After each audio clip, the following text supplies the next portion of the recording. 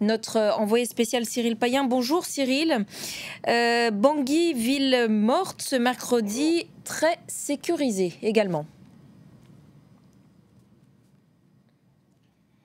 Oui, effectivement, cette action coordonnée des CPC, cette coalition de groupes armés qui, depuis le 19 décembre, en rejet des élections générales qui ont lieu le 27 décembre, avait promis depuis quelques jours de fondre sur la capitale. Je rappelle que près de plus des 2/3 de la République centrafricaine sont tenus par les groupes armés. Bangui est une sorte d'îlot tenu par les forces et le gouvernement du président réélu Touadéra. Eh bien, c'était une forme d'épée de Damoclès depuis de nombreux jours. La ville s'attendait à cette démonstration de force. Il y a eu beaucoup d'alertes, de fausses alertes. On pensait, comme l'avait annoncé cette coalition de groupes rebelles armés, que cet assaut, pour reprendre leurs termes, sur Bangui interviendrait le jour même des élections, avec des éléments infiltrés, disait-il, dans les faubourgs de la ville. Eh bien, en tout cas, cette menace, par surprise, aux premières heures de la journée, est devenue une réalité, avec il faut le dire, un véritable test et une forme de démonstration de force, il faut le dire, sur place, puisque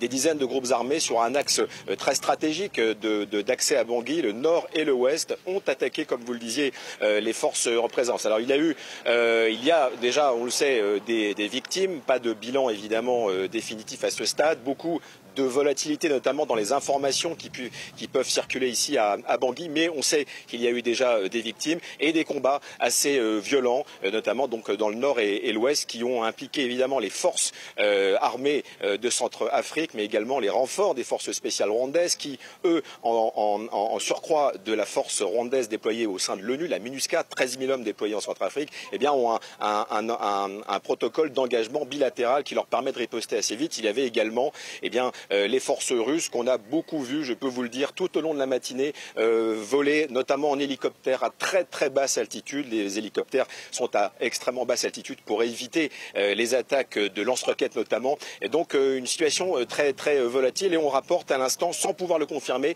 de nouveaux combats dans le point kilomètre 12. Donc encore une fois, une grande volatilité sur le terrain, mais finalement c'est quelque chose, une intervention à laquelle on s'attendait. J'ajoute pour terminer que les vols, les liaisons aériennes avec Bangui ont été annulés. Un vol Air France nommément devait partir aujourd'hui ou passer ici. Il a été annulé. Ça en dit assez long sur la situation de précarité sécuritaire sur place.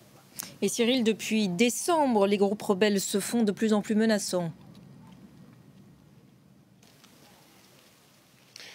Oui, effectivement, on est vraiment dans un contexte très, très particulier ici en République centrafricaine. Encore une fois, les 2/3, peut-être un peu plus, du pays sont tenus par une coalition de groupes armés qui elle-même, ces groupes armés se faisaient la guerre il y a peu. Et effectivement, ces élections sont intervenues dans un climat extrêmement difficile. Le président sortant, Touadéra, n'avait pas beaucoup de choix. Les groupes armés, la CPC, réclamaient au moins un report de ce scrutin qui est intervenu le 27 décembre, d'ailleurs qui est toujours pendant à une décision de la Cour constitutionnelle pour rejeter ou non la validité de ce résultat. Cela devra intervenir d'ici le 19 ou le 20, selon la Constitution, 20 janvier. Donc c'est très proche, et ça explique ce climat de volatilité, et que ces groupes armés mettent leurs menaces à exécution et fondent sur la ville. C'est peut-être le début d'une offensive aujourd'hui, difficile à le dire pour l'instant, mais en tout cas cette offensive ce matin a une grande valeur de test pour savoir comment ils vont être repoussés aux portes de la ville.